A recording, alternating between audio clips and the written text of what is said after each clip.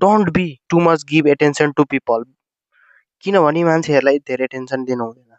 उनीहरूले तिम्रो भ्यालु बिर्सिन सक्छ, तिमीलाई normal as a normal person ठान्न सक्छन्। सुड बी युनिक क्या, अलिकति फरक हुनुहोस्। तपाईँले कसैले भ्यालु गर्नुहुन्छ भने उसलाई चाहिँ तपाईँले अलिकति नन एभाइलेबिलिटी देखाउनु पऱ्यो। मतलब तपाईँ एभाइलेबल हुनु भएन जतिखेर पनि, होइन। अलिकति चिनजानेको मान्छेहरू मतलब सेलिब्रिटीहरूले म यहाँ जानु छ भनेर भन्छ, उनीहरू त्यहाँ जानु छ भनेर एउटा बाटोबाट निस्किन्छ, तर उनीहरू कहीँ जानु छैन, उनीहरू डाइरेक्ट घर जान्छ। उनीहरूले आफ्नो भ्यालु मेन्टेन गर्नु छ, होइन, एउटा फेस भ्यालु पाइसकेपछि, होइन, अडियन्समा। सो कसैले चाहिँ तपाईँको भ्यालु त्यतिखेर गर्छ जतिखेर तपाईँले चाहिँ आफ्नो जान्न सक्नुहुन्छ, आफ्नो भ्यालु कसरी मेन्टेन गर्ने भन्ने कुरा जान्नुहुन्छ।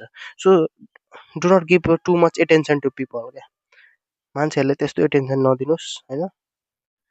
एटेन्सन त कुरा चाहिने कुरामा दिनु, बट जतिखेर पनि एटेन्सन दिएर काम छैन। अनि एभाइलेबल जतिखेर मान्छेलाई चाहिन्छ त्यतिखेर पनि नरहनुहोस्। कसैले केही चाहिएछ भने त्यतिखेर मात्र एभाइलेबल, होइन। कसैले केही चाहिएछ र त्यो मान्छेले मलाई फोन गर्यो, त्यतिखेर मात्र एभाइलेबल म भयो भने त्यो मान्छेले मेरो भ्यालु बुझ्नु सक्दैन।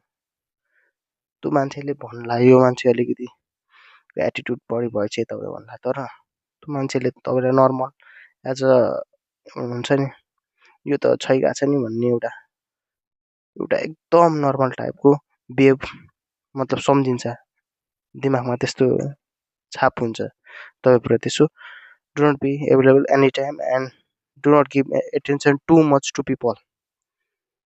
It harm you. Thank you.